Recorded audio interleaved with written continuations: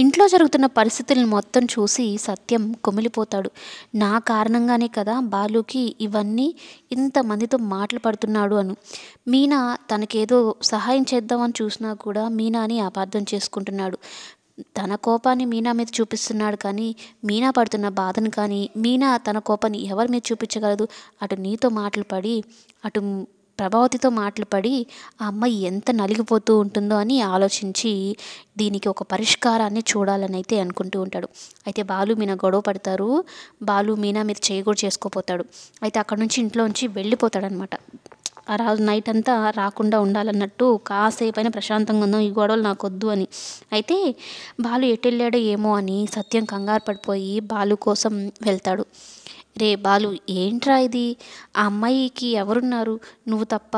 నీ కోపం వస్తే అందరి మీద చూపించేస్తున్నావు, ముఖ్యంగా తన మీద చూపిస్తున్నావు.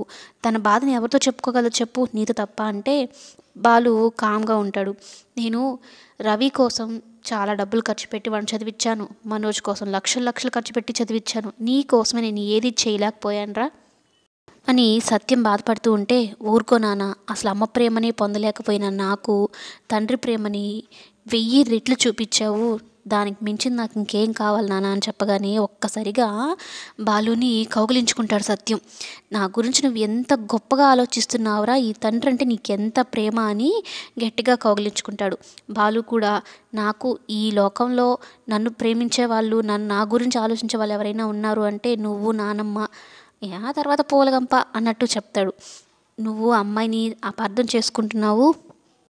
కేవలం నీ కోసమే మీ అమ్మతో, ఆ రోహిణితో, వీళ్ళతో మాటలు పడుతుందిరా మీనా. కనీసం నువ్వు కూడా మంచిగా మాట్లాడకపోతే ఎలారా అంటూ కొంచెం 4 మంచి మాటలు చెప్పి బుద్ధి చెప్తాడు.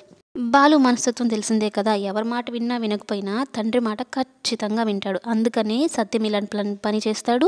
అలాగే బాలు కోసం బాలుని ఇంటికి తీసుకుని వచ్చి నిద్ర లేసే లోపే ఇంటి ముందు కారు ఉండేలాగా తన ఫ్రెండ్ ద్వారా మొత్తం అరేంజ్ చేసి ఇంటికైతే కారుని తీసుకొచ్చి ఈ కార్ సర్ప్రైజ్గా ఇచ్చి సంతోష పెడతాడు. ఇకేముంది, ప్రభావతి, మనోజ్, రోహిణిల మొహం మాడిపోయి ఉంటుంది. ఇక ఆ తర్వాత ఉంటుంది వేరే కథ. అది కమింగ్ ఎపిసోడ్స్లో చూద్దాం.